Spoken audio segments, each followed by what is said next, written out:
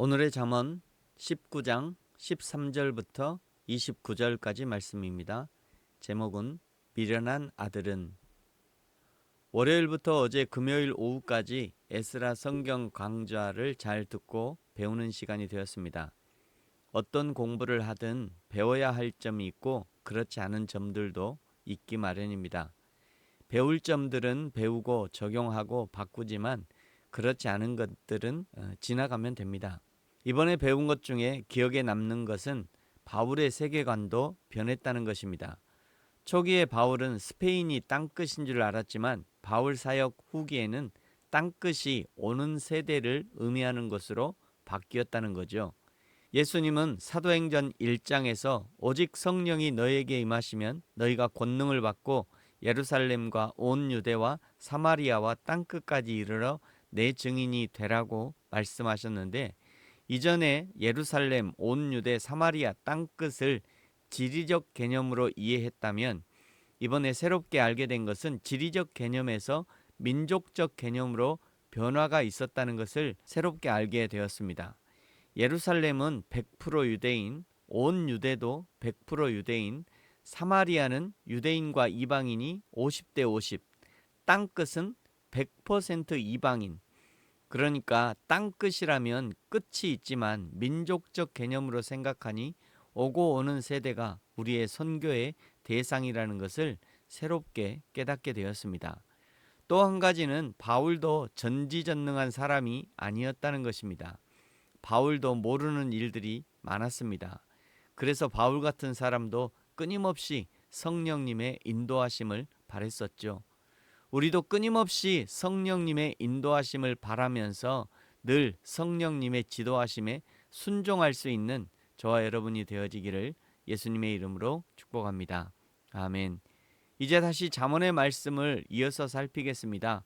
잠언 19장은 참된 지혜와 망령된 삶의 대조를 다루며 우리의 일상적인 말, 재물, 그리고 인격의 문제를 깊이 있게 통찰합니다.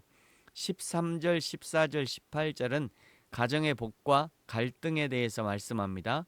13절, 미련한 아들은 그의 아비의 재앙이요 다투는 아내는 이어떨어지는 물방울이니라.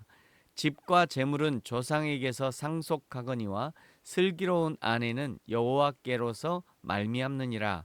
18절, 내가 내 아들에게 희망이 있은즉 그를 징계하되 죽일 마음은 두지 말지니라. 아멘. 가정의 기둥은 남편과 아내입니다.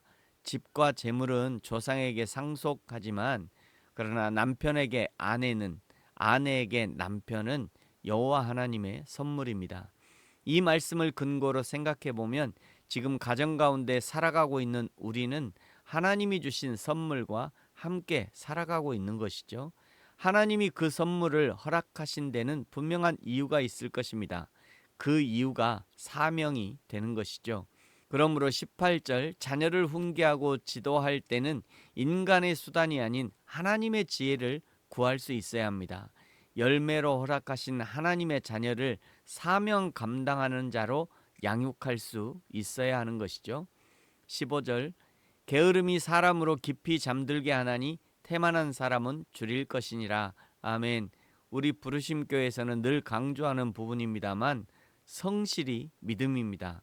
하나님을 믿고 교회를 다니면서도 성실하지 못한 것은 믿음이 없는 것이죠. 16절, 계명을 지키는 자는 자기의 영혼을 지키거니와 자기의 행실을 삼가지 아니하는 자는 죽으리라. 아멘. 계명을 지키기 위한 첫 단추는 계명을 들어야 합니다. 듣지 않는 사람이 계명을 지킬 수 없기 때문이죠. 왜 하나님은 계명을 듣고 지키라고 하느냐? 사랑하는 자녀가 죽지 않게 하려고 듣고 지키라고 하는 것입니다. 나무는 밑동이 잘려도 한동안 푸른 잎을 유지합니다. 그러나 시간이 흐르면 잎은 마르고 죽게 되는 것이죠. 그리스도인이 하나님의 말씀을 듣지 않으면 하나님의 진액이 공급되지 않으니 서서히 죽게 됩니다. 당장 죽지 않는다고 하나님의 말씀의 진액을 끊어서는 안 됩니다. 끊임없이 정기적으로 말씀의 진액을 공급받으십시오. 그것이 사는 길입니다. 17절, 가난한 자를 불쌍히 여기는 것은 여호와께 구워 드리는 것이니 그의 선행을 그에게 갚아 주시리라. 아멘. 가난한 자에 대한 하나님의 긍휼은 구약 시대나 신약 시대나 변함이 없습니다. 19절 노하기를 맹렬히 하는 자는 벌을 받을 것이라. 내가 그를 건져주면 다시 그런 일이 생기리라. 너는 권고를 들으며 훈계를 받으라. 그리하면 내가 필경은 지혜롭게 되리라. 아멘. 사실 우리는 거의 매일 권고와 훈계를 받습니다. 작은 예로 신호등도 권고와 훈계의 일종이죠. 기계적으로 움직이는 신호등의 지시를 잘 따라야 사고 없이 안전합니다. 하물며 창조주 하나님의 권고와 훈계를 들어야 하는 것은 인생이 안전하게 살기 위한 필수 장치이지요. 21절 사람의 마음에는 많은 계획이 있어도 오직 여호와의 뜻만이 완전히 서리라. 사람은 자기의 인자함으로 남에게 사모함을 받느니라. 가난한 자는 거짓말하는 자보다 나으니라. 여호와를 경외하는 것은 사람으로 생명에 이르게 하는 것이라. 경외하는 자는 족하게 지내고 재앙을 당하지 아니하느니라. 아멘입니다. 24절 게으른 자는 자기의 손을 그릇에 넣고도 입으로 올리기를 괴로워하느니라. 거만한 자를 때리라. 그리하면 어리석은 자도 지혜를 얻으리라. 명철한 자를 견책하라. 그리하면 그가 지식을 얻으리라. 아멘. 25절에는 교육의 세 단계를 제시하죠. 첫째는 거만한 자에게는 징벌이 유일한 언어입니다. 둘째는 어리석은 자에게는 본보기를 보고 배우는 단계입니다. 셋째는 명철한 자인데 말 한마디로도 깨닫는 단계입니다. 참고로 거만한 자를 때리라 할 때 때리라는 히브리어로 타케인데 단순히 가볍게 치는 것이 아니라 쳐 부수다, 타격하다, 징벌하다는 강한 의미를 담고 있습니다. 겸손함이 없이 거만한 자는 하나님의 쳐 부심, 타격하심, 징벌하심을 당하게 될 것입니다. 26절 아비를 구박하고 어미를 쫓아내는 자는 부끄러움을 끼치며 능욕을 부르는 자식이니라. 내 아들아 지식의 말씀에서 떠나게 하는 교훈을 듣지 말지니라. 아멘. 지식의 말씀에서 떠나게 하는 교훈에는 어떤 것들이 있을까? 첫째, 인본주의적 가치관과 세속적 지혜가 있을 것이고, 둘째, 타협하기를 종용하는 목소리가 있을 것이며, 셋째, 거짓 교사와 이단의 미혹이 있을 것이고, 넷째, 죄를 정당화하는 자기 합리화가 있을 것입니다. 오늘 나에게 지식의 말씀을 떠나게 하는 교훈이 다가오진 않은지, 혹시 이미 오염되어 있진 않은지 냉정하게 잘 살피시기 바랍니다. 28절 망령된 증인은 정의를 업신여기고 악인의 입은 죄악을 삼키느니라. 심판은 거만한 자를 위하여 예비된 것이요 채찍은 어리석은 자의 등을 위하여 예비된 것이니라. 아멘.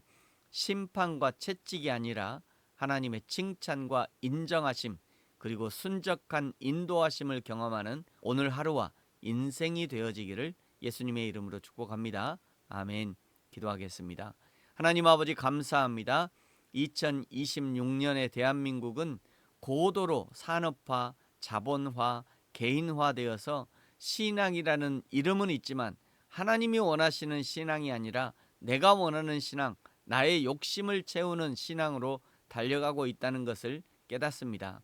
세상이 주는 달콤한 유혹에서 벗어나 여호와 하나님이 주시는 진리의 잔을 마시게 하시고 심판과 채찍이 아니라 칭찬과 면류관을 받게 하여 주옵소서.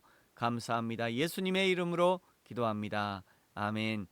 하늘에 계신 우리 아버지, 아버지의 이름을 거룩하게 하시며 아버지의 나라가 오게 하시며 아버지의 뜻이 하늘에서와 같이 땅에서도 이루어지게 하소서. 오늘 우리에게 일용할 양식을 주시고 우리가 우리에게 잘못한 사람을 용서하여 준 것 같이 우리 죄를 용서하여 주시고 우리를 시험에 빠지지 않게 하시고 악에서 구하소서. 나라와 권능과 영광이 영원히 아버지의 것입니다. 아멘.